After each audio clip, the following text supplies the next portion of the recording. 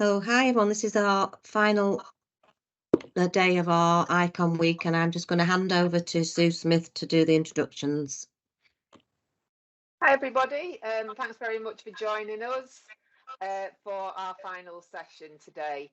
And it's the most important session, I think. It's our parent ambassadors who are here to tell us their stories.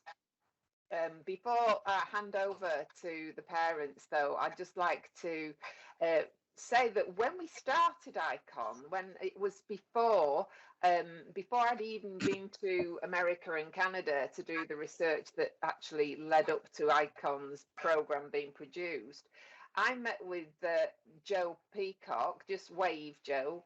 That's Joe. In a pub in Andallen, in a pub in Huddersfield with my daughter, and that was after watching her on Panorama, and I was really surprised to find she only lived up the road. And that was 2015-16. She introduced me to Jess. I met with Jess, and Jess runs a support group for people affected by abusive head trauma, and introduced me to that group, and we met in Birmingham then, and that's where we met everybody else. And the kind of rest is history, really, because the people who are going to speak to you today have been here from the start, well before. They have a lifetime of this topic, and it's so important that we hear what they've got to say. So that's what we're going to do now. Without further ado, I just would like to introduce you to Joe Peacock, and over to you, Joe. Hi, thanks, Sue. Yeah, and just wanted to say good morning to everybody, and thank you for being here and taking part this morning. I know it means a lot to myself and to the other parents that are speaking after me. So, Sue, I was going to start with how me and Sue met, but she's just covered that for me. So I'll just start with my story, my journey, about my son, Charlie. So Charlie was born on the 3rd of February 2007. I had a normal pregnancy and a normal birth. Everything was fine, and he was reaching all the appropriate milestones for his age. When Charlie was 15 weeks old, I was taking a shower. I heard an almighty scream.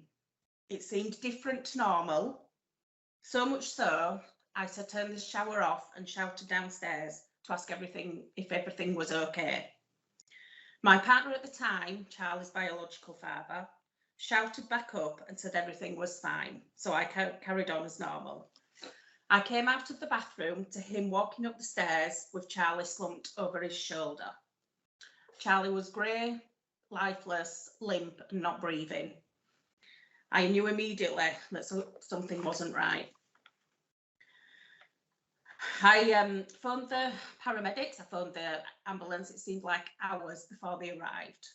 At one point, I thought Charlie was already dead. He was laid on the floor. At one point, I even turned my back because I couldn't look because I thought he'd already passed. At our local A&E, I was told that Charlie wouldn't make it through the night and to prepare for the worst. I had no idea what had happened to him. I thought that maybe he'd choked on something, and they said what had caused his injuries. I was picking up on a strange atmosphere. There was no compassion from the doctors or the nurses, a lot of whispering behind us back. And that's when kind of alarm bells started to ring with me, and I realised that they thought that one of us had actually harmed Charlie. He was transferred to Leeds that night, and he was in the intensive care unit in Leeds for a week. I wasn't allowed to be alone with him at his bedside. They always had to be a nurse or somebody there supervising me. And then along came social services and the child protection unit. We was taken away separately and interviewed. This is when alarm bells really started ringing for me. A week later, it was confirmed by the specialists that Charlie had been violently shaken. I knew I hadn't done it, so I immediately ended the relationship with my partner. One specialist described Charlie's injuries as the equivalent to a high-speed car accident. I was told Charlie would never walk or talk. Charlie had to live with my parents for 5 months because he hadn't admitted to it, and they didn't know that I'd not done it, so they wouldn't allow him to come back to me. If that wouldn't have happened, he maybe would have got in the system, and maybe would have never got him back. I was very lucky that we was a close family and my parents stepped up and did that at the time for me. Our lives became full of appointments, weekly visits from physios, occupational therapists, and every therapist you can think of. It was very overwhelming and I didn't feel in control of my own life anymore. On top of all this, I had the court case to deal with. He had pleaded not guilty, but Charlie was still allowed, thankfully, to come home to me at this point, and my eldest too. We were finally a family again. Different, but still a family.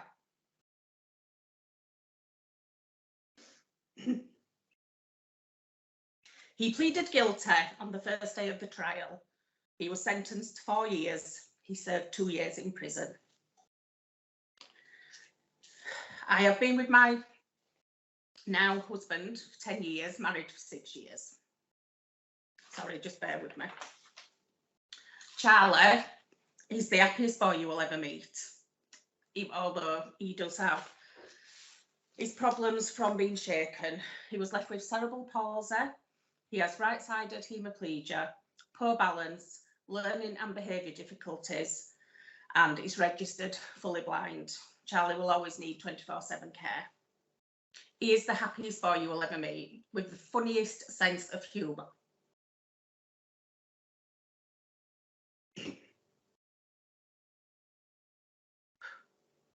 He loves to tell jokes and sing. He has a beautiful voice and he loves to chat up the ladies. He's very cheeky and often inappropriate. He likes to drop the F-bomb, especially in public, but never in school he wouldn't dare. They told me he would never walk. He can walk closely aided because of his poor balance and because of his loss of sight. They also told me he would never talk, but he never shuts up, honestly. He is really a big ray of sunshine and he brings joy to everyone he meets. Thank you.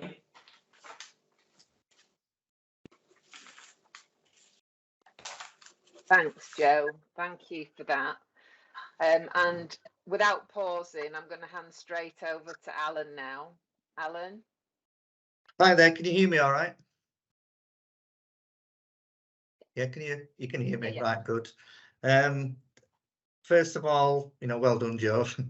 Jo and I have been married for 6 years. I used to be a neighbour of Joanne's when Charlie was born. Even to the point I went to his christening.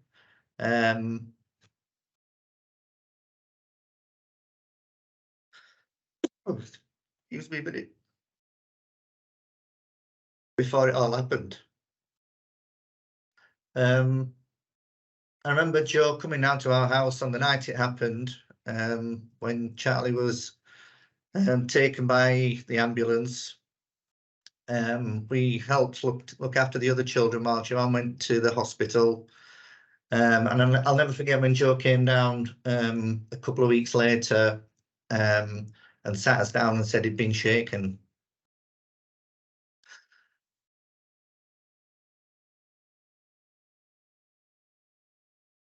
Excuse me. At the time. At the time I thought, why? Why would anybody shake a baby?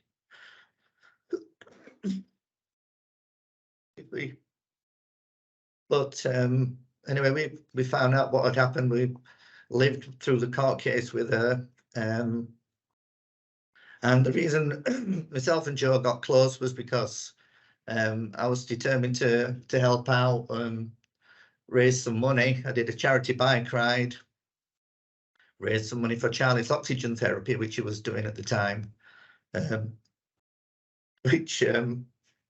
I even went in the oxygen chamber with Charlie for one of the sessions just to see what it was like. And he used to sit there with a big thing on his head, quite happy. getting his oxygen treatment. So that was, having travelled with Joanne and raising the money, we became very close, and we ended up getting together as a couple. And we've had 10 wonderful years together.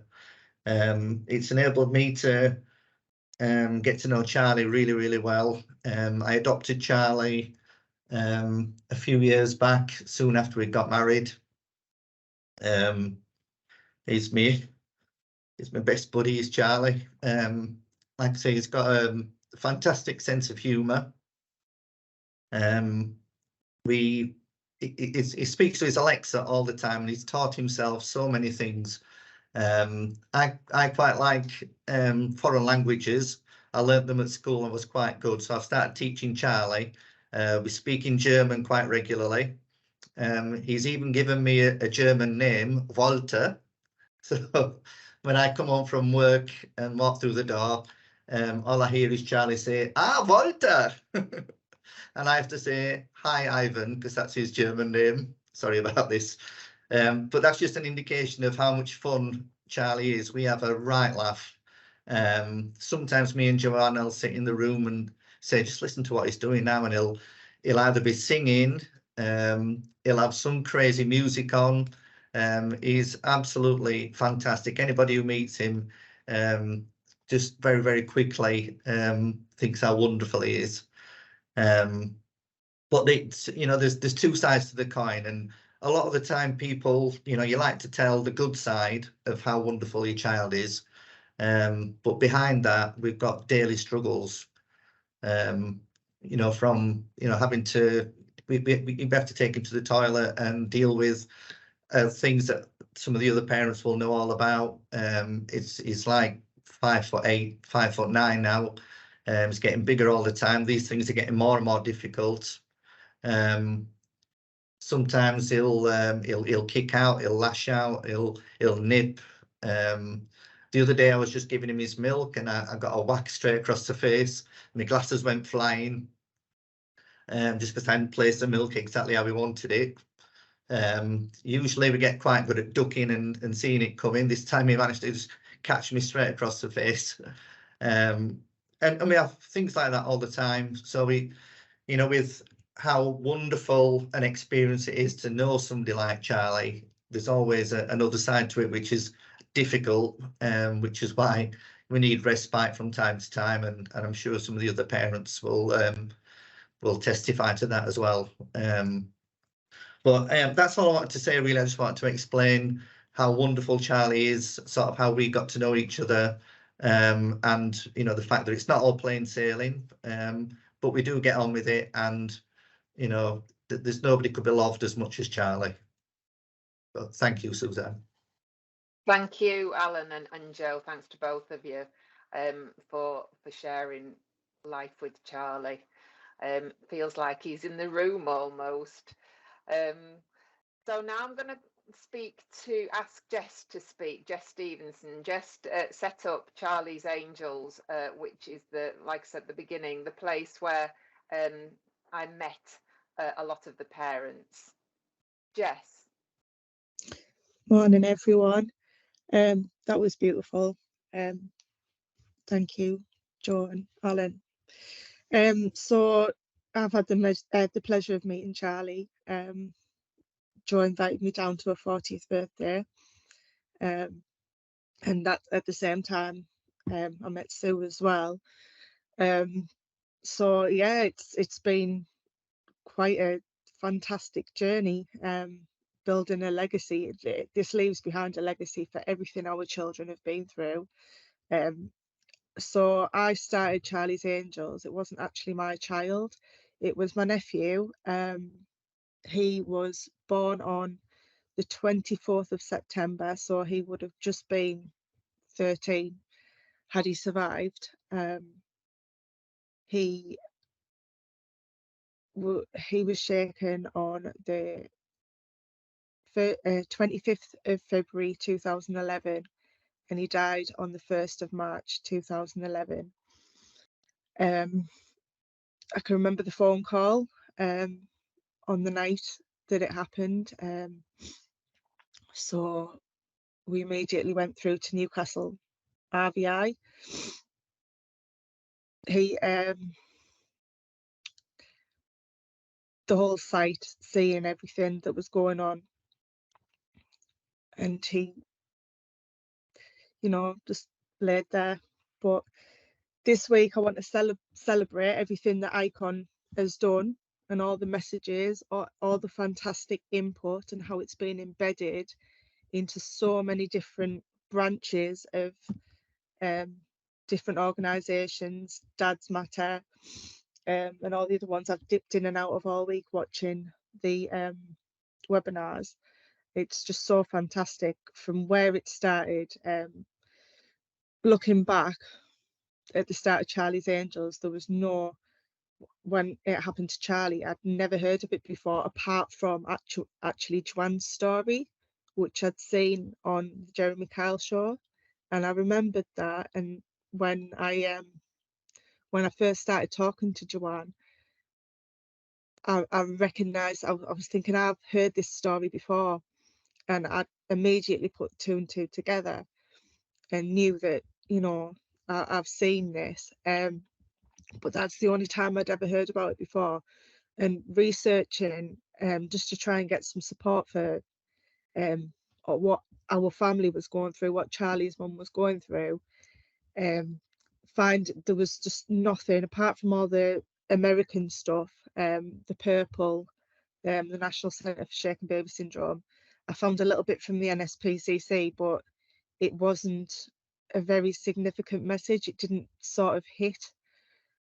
So I knew I had to do something, and that's why Charlie's Angels started. And then over the years, I met the families, such amazing, brave families that have been through so much, and it's beyond the actual what's happened to the children.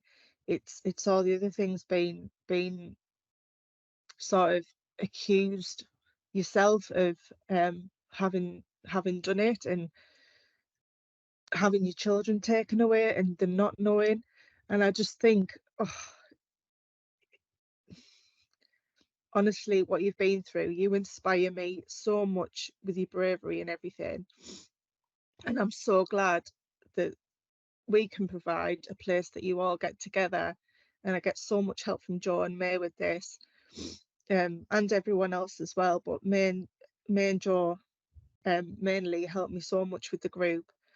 And I honestly, I thank you all, and I thank Icon for everything it's doing, because it's just so fantastic. I didn't imagine it getting this way this quick, and everything you've done through COVID, absolutely fantastic. Thank you so much. Bless you, Jess. Thank you very much. And thank you for setting off with Charlie's Angels, because the parents are the backbone of Icon, and if Charlie's Angels hadn't have existed, it would have been much, much harder to establish that. So thank you. Now I'm going to ask Heather to tell us your story. Over to you, Heather. Hello, everyone. Thank you for coming today. So Jacob was born on the 12th of June 2016. I remember everything really vividly that night. Our lives changed forever, but for the purpose of this talk, I will shorten. I fell pregnant with Jacob unexpectedly, but the second I knew of his existence, I'd never been so in love. My pregnancy was great. There was no morning sickness, slight heartburn, but I knew he was a healthy baby. I couldn't believe I had grown a little human, and I felt so blessed. It was like my life finally had purpose, and it was just for him. I worked as a nurse during my pregnancy. I worked long weeks to ensure that I could provide Jacob everything. Jacob's biological father at the time, I'm going to call him M because I can't say his full name, worked in security at Stansted, a job which, you know, is trustworthy. We met at a nursing home I previously worked at. He was a chef, and we were introduced to by the same social circle. When Jacob was born, it was a traumatic childbirth. But all the pain and worry subsided when I held him for the first time. I'd never felt a love like I did, and I do. The first few weeks was like any other parent. It was tiring, happy, emotional. Jacob's primarily breastfed via express milk as he had difficulty latching, but I was a primary caregiver. When Jacob was 5 weeks old, that was the first time I asked for help. I was exhausted from feeding throughout the night and just needed a small time to recover. I left Jacob with his biological father, a person I trusted and never considered violent. I told his father that if there were any issues or he couldn't cope, he could just wake me up. The plan was that he'd wake me up at 1 o'clock before he left for work. I only said to him, if you can't cope, as my brother's a social worker and me being a nurse, I understood people's limitations. I just wanted to offer some reassurance. His father was supposed to come up at 10 to go for sleep before shift as he slept during the day. This was the first time I took my hearing aids out. My ears were really sore. I hadn't taken them out for 5 weeks. I'd not done this because I was scared that he'd be hungry and I didn't want to mishear him. I woke up that night at 1:30 to a torch in the wardrobe.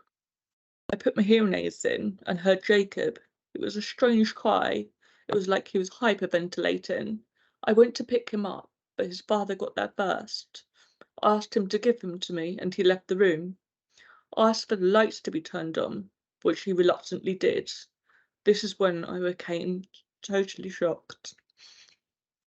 My beautiful baby had bruises all over his face. I asked what had happened. He said he didn't know. I got 5 different excuses that night. He said he tripped over the dog eventually and that he fell over with Jacob. I did not believe this at the time, as I was in shock. I couldn't comprehend that Jacob's biological father would try and kill his baby. I asked him to cancel his shift at work, and he said that he needed that because he needed to be checked out. It dawns to me this day that if I did not wake up at 1:30, I would have woken up to a dead baby next to me. I knew I was a scapegoat. I would never know what woke me up. The journey to the hospital felt like a long time, but it was certainly quicker than an ambulance. At the hospital, I said that he tripped up over the dog because that was the story that he gave me last. I was asked about times, and I provided the wrong time. I said it was 1 o'clock because that was the time that he should have woken me up. I was in shock. His father disappeared for a short time at the hospital. I still do not understand why, but I can only assume it was to hide the evidence that I was not looking for at the time. Police found a baby grow hidden in vomit, covered in vomit hidden, which I discovered at a later date. He was arrested at hospital. I could not understand why. Jacob was not right, and despite me trying to explain to the professionals, I was just placed, he was taken out of a recess and put next to the nursing office where they could watch me. I remember them whispering. I couldn't understand why. I was then called to speak to the safeguarding team and the police. I could not answer why Jacob was injured, as I wasn't there. I just wanted to be with my baby and make him better. He was unable to suck a bottle. My mother turned up, having raced back from Yorkshire to be with us. During this time, Jacob's seizure started. He was taken back into resus, and I watched them try to resuscitate him and canalise him 32 times. At the time, my legs crumbled, and my mother caught me as I hit the floor. Why could I not make my baby better? What was wrong with him? Jacob was placed into a medical coma. He looks like a ragdoll. He didn't look like my baby. Police asked if I wanted to speak to M. I said that I did, as at the time, as I didn't know what he'd done, but I did know that he never woke me up when there was a problem. I shouted at him and no one intervened. I asked him what he'd done, and his failure to wake Jacob was the reason. Wake me was the reason why Jacob was in hospital. I then ran back to where Jacob was, but they wouldn't let me in. Jacob was placed on an ambulance and transported to Edinburgh. Em said that he'd follow behind, but refused to lift from my parents. He did not arrive at the hospital until later. I don't know why this was, but Jacob was placed in intensive care on a ventilator. I cannot speak in detail for the next few weeks because I was in shock. I could not hear what people were saying. I would just sit there and everyone would just walk really fast around me. I couldn't speak. My mother did most talking to Jacob as I couldn't. My milk stopped and I felt a failure that I couldn't even provide for him. I remember hospital staff thinking that I was refusing, but there was nothing there. My mother knew if he did not survive, that she would lose her granddaughter and daughter. I couldn't be without Jacob. He was my world, my soulmate. Em had taken the car, my money, and cancelled all the direct debits for the rent whilst I was in hospital. He told my dad he couldn't cope and left here after neurology said that he had a brain injury. My father sat with me and cried. I'd never seen him cry before. On the Friday, I pieced everything in my head. It was like a puzzle, and every time I pieced another thing, it was just more and more shock. Em had harmed our baby on purpose. He was planning to leave and blame Jacob's injuries on me. He had hurt my baby. I tried to talk to the police, however, due to the level of distress, they said they couldn't talk to me until I was calmer. Throughout the weeks that Jacob was in hospital, I was provided a letter from social services saying that they were taking Jacob off me. I couldn't understand why. I couldn't breathe. I remember the professional smiling at me as she handed me over the letter on a Friday before she was due to go away for the weekend. I remember this large diamond ring on her finger. I had to attend court several times when Jacob was in hospital. Em also attended, but he didn't look me in the eye. I knew that I had come across as I could cope. I knew how I had to come across, that I was coping, and I placed myself in a robotic mode so that I could show people that I was capable of looking after my baby. This lasted weeks, going back and forth courts. On the last day of Jacob being in hospital, the safeguarding nurse came up to me and my mother while we were on Bluebell ward at Lister and said she knew about families like us. This just added to further devastation. Leaving my newborn baby every night to fend for himself in hospital was torture. I just wanted to hold him and never put him down. How can I trust someone else to look after him when someone that I should have been able to trust committed such a crime? I was supervised by my mother. Our relationship became a supervisor role during the next 6 months, and it was an incredibly dark place. I cannot imagine what this felt like for my mother, Jacob's grandmother, but I know what it's like not to be able to help a child. I feel lucky to have a family who fought for me and Jacob, which let us stay together. Without them, he would have been placed in foster. I felt everyone around me was second guessing due to me being supervised. The only thing I had was a picture to show Jacob playing with me on the sofa just before he went to bed. A happy, healthy baby.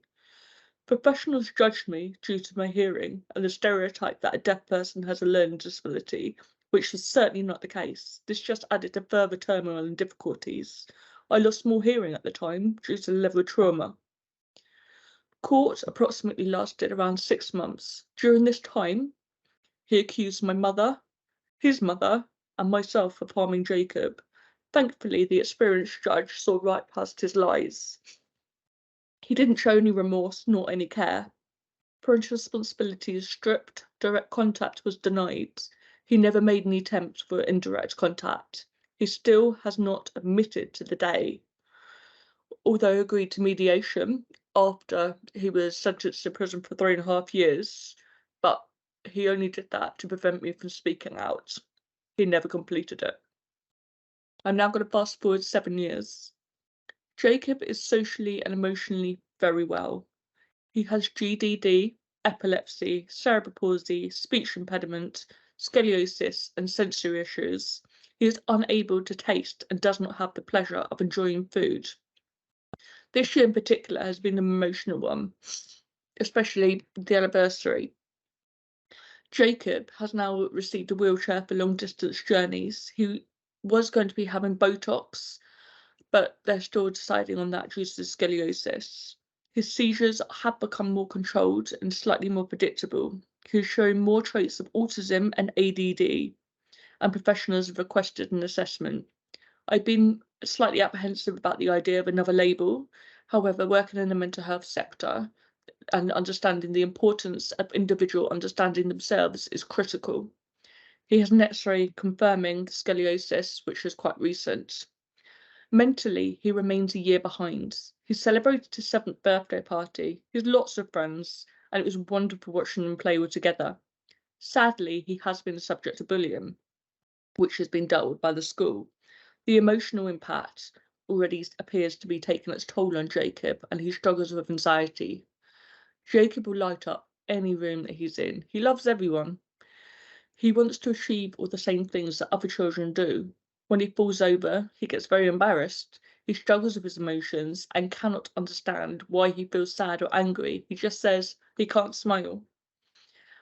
Having reflected and listened to other members of the Shaken Baby Syndrome groups, a survivor spoke about how they wished their parents told them the truth about what happened earlier. As a survivor, she seemed the most influential. I started to explain to Jacob a bit about what's happened to him in a very child-focused way, putting feelings aside. Today, Jacob plucked the courage to confide in a friend of mine. May not have been myself at the time, but Jacob felt that he was able to talk to someone, and we will respect that. Jacob, however, has now been speaking to me more openly about this, but I feel some anger is directed at his stepfather, who's simply being a male, and this can be quite difficult to manage at times. When I look at Jacob, my love for him, I can't even put it into words. He's my first love. We have an unbreakable bond. He's kind, caring, thoughtful, funny, and he's an inspiration and an achiever. Over the last years, he has brought home countless merits and awards for his hard work. He was even given a trophy on Sports Day for his determination and spirit, which he is super proud of. His latest obsession is Minecraft, which he would talk to anyone about who will listen. We do not know whether Jacob's going to be able to achieve as an adult, but his ambition at present is to be an astronaut or a policeman like his stepfather, as he feels protected by him. It saddens me that Hertfordshire have not participated actively in ICON at the moment, but I'm hoping that they will do in future. During COVID, the cases of non-accidental head injury increased at a large rate. This could have been prevented by simple education. Although I understand that in Jacob's case, it wasn't, as Em was told about what to do, and this could have, but he chose not to. I know that education could potentially save a lot more children. I do feel like maybe a talk should be provided to both parents separately before leaving hospital, and leaflets with numbers provided as a standard procedure. I think it's incredibly important for professionals to understand that this can happen to anyone. It doesn't matter who you are. It doesn't matter what class you are, what profession you are, it happens to anyone, all types of families. Professionals are very quick to judge myself and extended family. I still must explain now at every single appointment when I see people due to the risk of safeguarding placed on us all over again. This is a lifelong punishment for a crime I did not commit. Our lives continue to be analysed despite the ending of procedures. I know one day that Jacob will have to know everything, but for the moment this is child-focused. Therapy should be offered actively at every child from the age of 5 in the form of play therapy so that they have an understanding of their own identities. I am so proud of what ICON has achieved, and I know that they have saved many babies already. I'm so proud to be part of this. Thank you. Heather, thank you so much for that. Just a recognition for all of you, this is so hard to go through these stories, and that's really obvious. And I'm really proud of every one of you for standing up to do this today. And now I'm going to hand over to Laura. Hi, Laura. Hi everybody. This might be a little bit rocky. I'm dealing with poorly kids at the same time as well, so I briefly wrote what I want to say, and hopefully I can get through it all. But we'll see. But all you ladies are absolutely phenomenal. Well done. But hi everyone, I'm Laura, and I'm a very proud parent ambassador for ICON. I first just want to say a huge thank you to every single individual who's worked tirelessly to get ICON up and running right from the very beginning, before anybody had ever heard of ICON as well, and to get to where we are today. I couldn't be more proud to be a part of it alongside our amazing parent ambassadors too. To see where Icon first started to where it is now, especially how many areas are covered in England, is just incredible. For me, though, as I'm in Scotland, my aim is to get Scotland to listen to what the message of Icon brings, to see the huge positive impact it has in helping prevent abusive head trauma, as we know it does help. Or as I know it anyway, is shaken baby syndrome. This time last year, we were talking about Icon being rolled out in Tayside up here in Scotland, and that happened not long after Icon Week last year. And to say I was overwhelmed to be a part of that is an understatement. Now we need it rolled out across all boards up here. I already know of a few professionals up this way that have listened to me talking about Icon over and over again, to anybody that will listen. And they've taken it upon themselves to have a look at the website and even put the tools of Icon into play, whether that be some leaflets or like the coping sheets and things like it. Hopefully, fingers crossed, this time next year will be rolled across boards. I personally know how well and easy it is to put the tools of Icon into motion, as I've used it myself with my youngest child, which is my little girl who I had after Jason. Who, believe me when I say, is the queen of all divas, and very, you can imagine, at home I've got a teenager, we've got a 9-year-old who's multiple disabilities, and then our diva 1-year-old. So it can be testing at times, it can be very testing and very overwhelming as well. For example, my wee girl was poorly the other week there, Jason, he's been poorly this week, and now my teenager as well. So it's just been one thing on top of the next and top of the next. So putting the tools of Icon in motion over the past year meant that I could lay my youngest down in a safe place in our cot and take a breather for a few minutes, whether that be a few deep breaths, some fresh air, or just a minute to gather my thoughts, without feeling like a rubbish parent as well, because some of the other things that were put into play when I had my oldest, you felt guilty if you left your baby, you felt like you had to be there at all times, and it can be very overwhelming. That can then lead to you losing your frustrations. In fact, I've even used them with my teenager as well. As we all know, teenagers can be very testing. So although Icon is more targeted for prevention of shaken baby syndrome, trust me when I say it works when dealing with a stroppy teen as well. Just enough to regroup your thoughts so that you can go back in with a calmer mindset and take the world on, so to speak. Shaken baby syndrome, abusive head trauma, is what we're trying to prevent with Icon and all the tools the programme provides. And with having a child who was subjected to such a horrific ordeal, I live and see first-hand effect of what one moment of anger, frustration, or whatever it may have been has caused. Just a little insight. Jason was born perfectly healthy. He was just this little bundle of joy, and although he cried, he had colic and things like that, he was still a very contented soul. And then at 5 weeks old, he was shaken by his biological father. This happened in a disabled toilet at my older son's dance show. He took Jason to go and get his bum changed because I was getting my oldest sorted, and he brought Jason back to me, and he didn't come in a panic. He came back and he says, "Come here and see this." He'd walked past so many kids, hundreds of parents, and said, "Come here and see this." And the second he went like this to give me Jason, Jason was lifeless. There was absolutely nothing to him. It was like he was already gone. So I grabbed Jason and I ran with him. I don't even know what I was running. I ran. And I lay him on the nearest table that I could find and started performing CPR, which I had no clue what I was doing, on his tiny little body. But after getting rushed to hospital after that, we finally got an ambulance and things, and we still didn't know what caused this anyway at this point. All we know is that when Jason was also lifeless for however long in that toilet, he got him changed out of his clothes and put on fresh clothes and a fresh nappy whilst Jason wasn't breathing, which again, the length of time that was actually left could have prevented Jason having some of his disabilities that he has now, but unfortunately that's not the case. But after getting rushed to the hospital and finding out what had actually happened to Jason and being told to prepare for not getting to take my little boy home as he was going to die, absolutely broke me.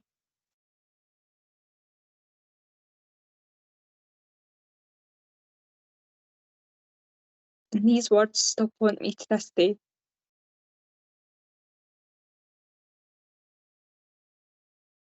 And from that moment, our lives changed forever, even when things seemed to be getting better with any progress.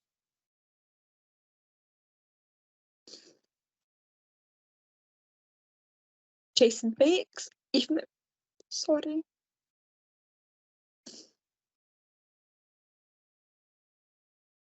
Let's take your time, Laura. You're all right.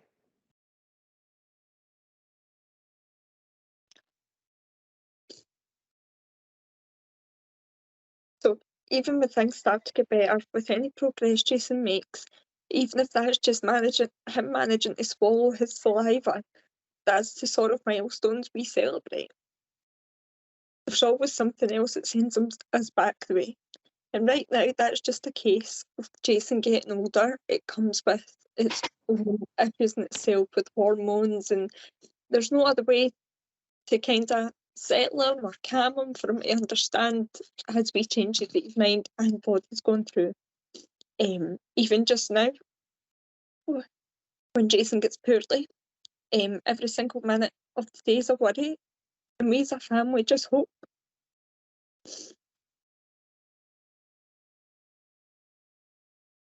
that he makes it to the next minute or even day without any other complications.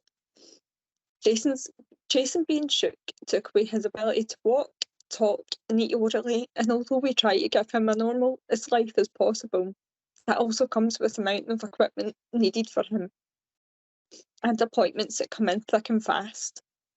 So that 1 second of losing your control. Apology. I knew something like that was going to happen. So that 1 second of losing your control means a lifetime of heartache, and that's what ICON is here for, to stop this heartache, to stop our children being subjected to something so horrific that it can result in their death, whether that be right away, whether that be years down the line. It can happen because they were shook. I wish that ICON was around when I had Jason. Could it have prevented what we were going through now? It's a possibility, but I can't turn back time to find out. But I can shout about ICON from the rooftops and hope that we, the ICON family, can prevent another baby from going through such a horrible ordeal. So please, if you're struggling or know anyone that is, reach out, take your 5 minutes, and remember it's okay to walk away and breathe, calm your mind, and give your baby a cuddle. And please don't ever shake your baby. And thank you for listening. Apologies. You don't ever apologise, Laura. You're an absolute superstar. Thank you very, very much for sharing that story. And well done as well. You did really well. I hope you can still hear us. And so now we are going from Scotland to Wales. And Sarah, over to you.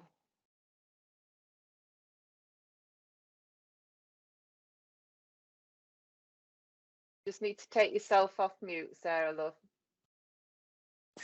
I was just saying I haven't been very well this week. I hope you can understand me.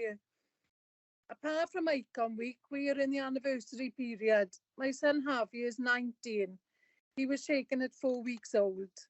Each year hurts and triggers lots of mixed feelings and many what ifs. It was in 2004 when my cards and gifts and flowers still cluttered up my living room. I was told that night my son wouldn't survive. The man I loved hurt our son. We also had a 1-year-old daughter, and none of it made sense.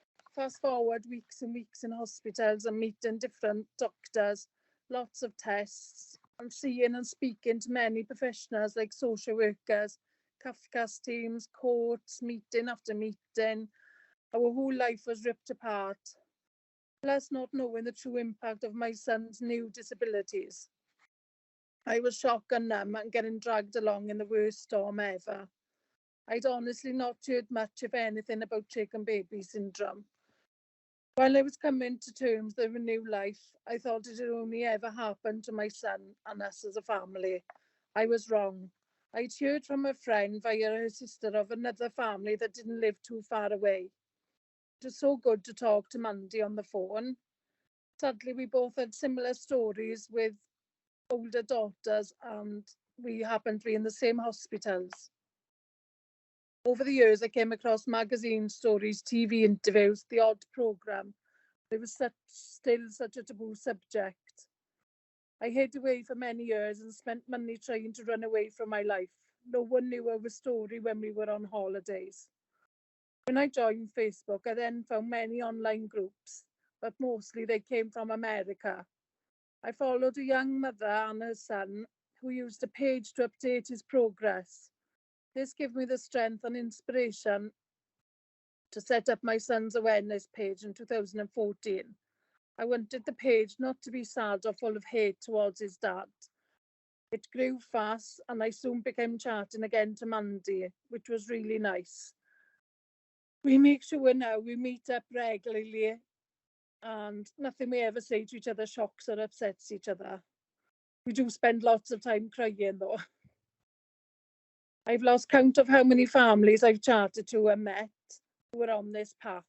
I was lucky to connect with Jess, who was from Charlie's Angels. And if ever anyone reaches out to me, I always make sure I put them in contact with Jess so they can join our secret group. This place is a platform for us not to feel alone. We all use the group differently, depending on how much support we need, or maybe to ask questions or vent. Many years ago, when Jess mentioned meeting about a chat about the start of ICON and becoming ambassadors, I was very motivated to get the message out and to empower new families and spread the ICON message far and wide as possible. Some days I don't have motivation to even brush my hair or talk to anyone, but even on them sad and hard days, I can press share or like on ICON's Facebook page or just update my son's progress. He's such a happy young lad with a painful story that doesn't seem to hold him back. He lives life to the full. Thank you.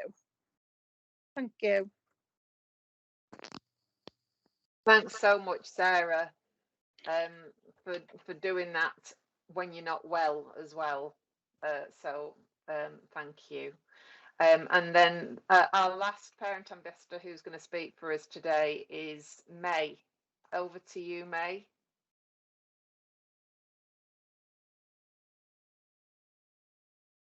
Just need to take yourself off mute, hon. Hello, good morning, everyone. We're not going to talk about what happened to Ellis and how horrendous it was. It was just a very similar story to all the stories we've heard this morning, really. I feel blessed to be part of ICON. For a mother who watched her son die for 14 years after being shaken, I can think of no greater medicine than the belief that something this profound is being done to reduce this happening to other babies across the UK.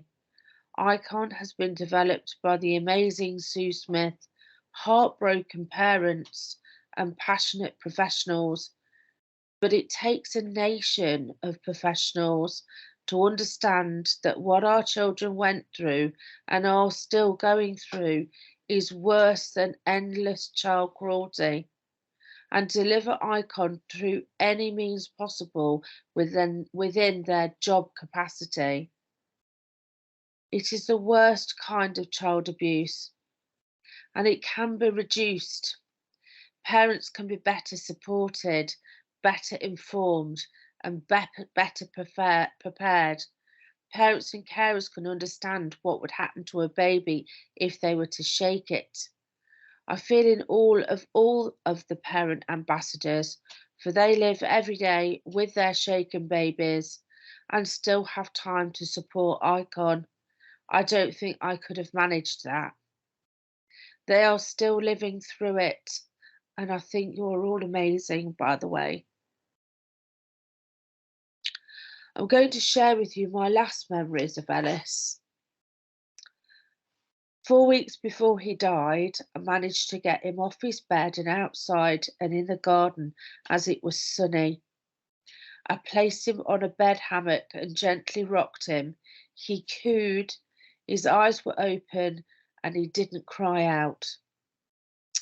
He passed away at a hospice near Bristol 4 weeks later.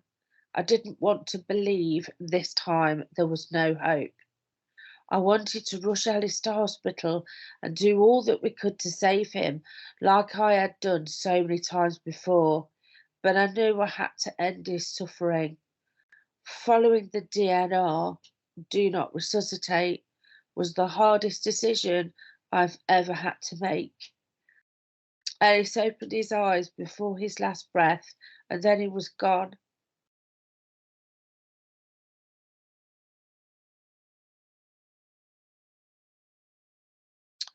I was left holding an empty body. The prison that had kept Ellis trapped for 14 years. The pained grimace on his face had gone. His frown was smooth. The tendons in his body that had held him too tightly had relaxed. His legs uncrossed. His thumbs had uncurled out of his now relaxed hands. His hunched back had loosened, his hips unlocked. Ellis had unfurled. His milky, unseeing irises were covered by eyelids, never to open again. He had no saliva to choke on, no sudden spasm to cry out at. There would be no more gastrostomy feeds or need to flush medication through a hole in his stomach. There would be no confusion or doubt lining his beautiful face. There would be no more crying, no more startling. His face was free from oxygen tubes, and for the first time since Ellis was shaken, he was at peace. The hospice had to contact the police and the coroner, as Ellis had been disabled because of an injury. The coroner wanted to take Ellis and perform a full autopsy. It was in this moment where I would have taken a bullet before Ellis's body were to be victimised anymore. I was told I could be arrested. I was told it would be months before we could have his remains to give him a funeral. But in the end, after days of arguing and reaching out to professionals, they agreed to forego the autopsy as his consultant wrote a report to link his disability to his death. Ellis's recorded death was pneumonia, resulting from a poor immune system as he was severely disabled as a direct result of his injury. The coroner recorded Ellis's death as non-accidental in the coroner's court. I wasn't even given the grace to mourn. I still had battles to fight. At the hospice, Ellis's body lay in a bed in a room set at a very chilled temperature. His CDs that went everywhere with him were played softly through a speaker. The funeral director came and Ellis was put in a coffin. I'm sharing this with you today. It's important that you know how momentous it is to say goodbye to someone that you spent 24/7 with for so long with hope, only to be destroyed by the realization that there never was hope.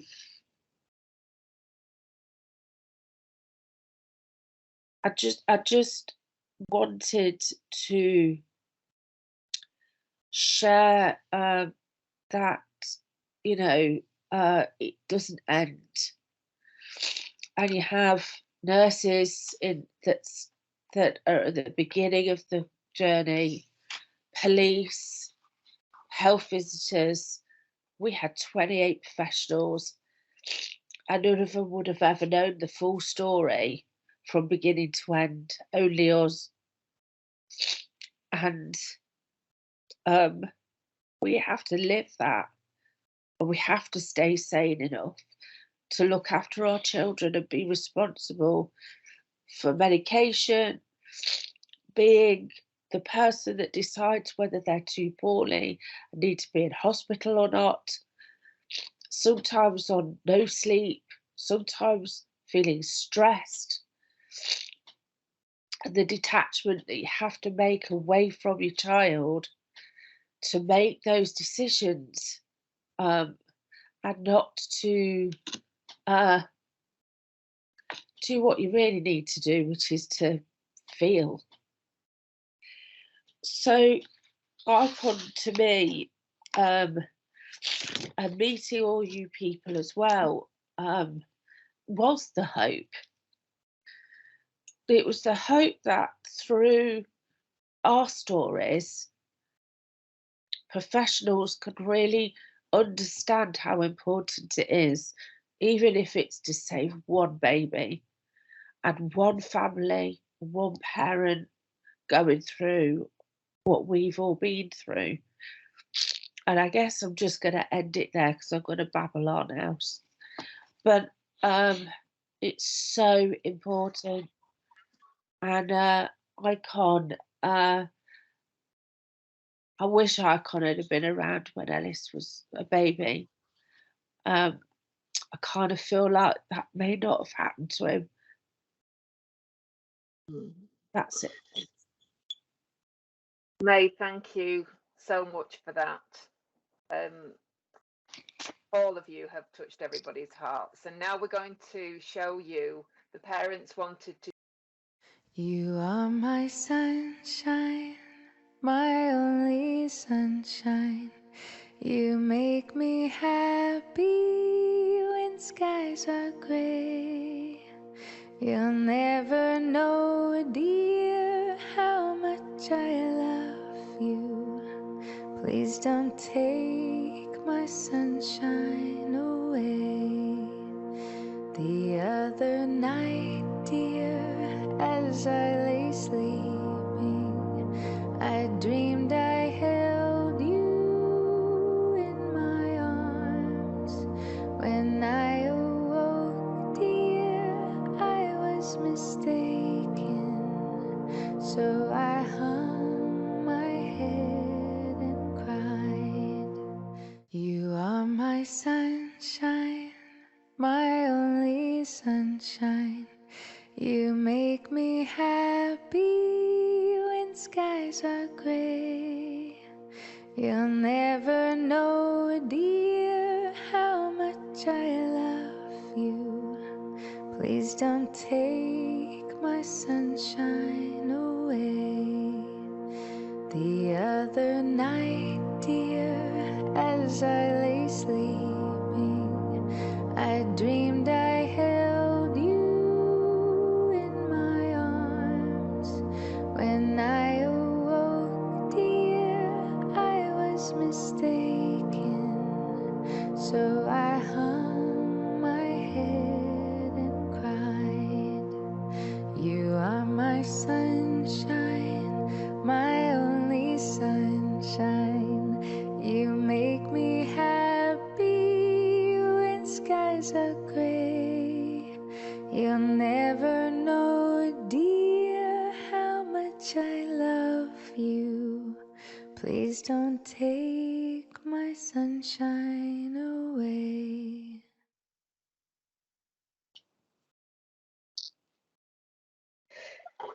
Brilliant.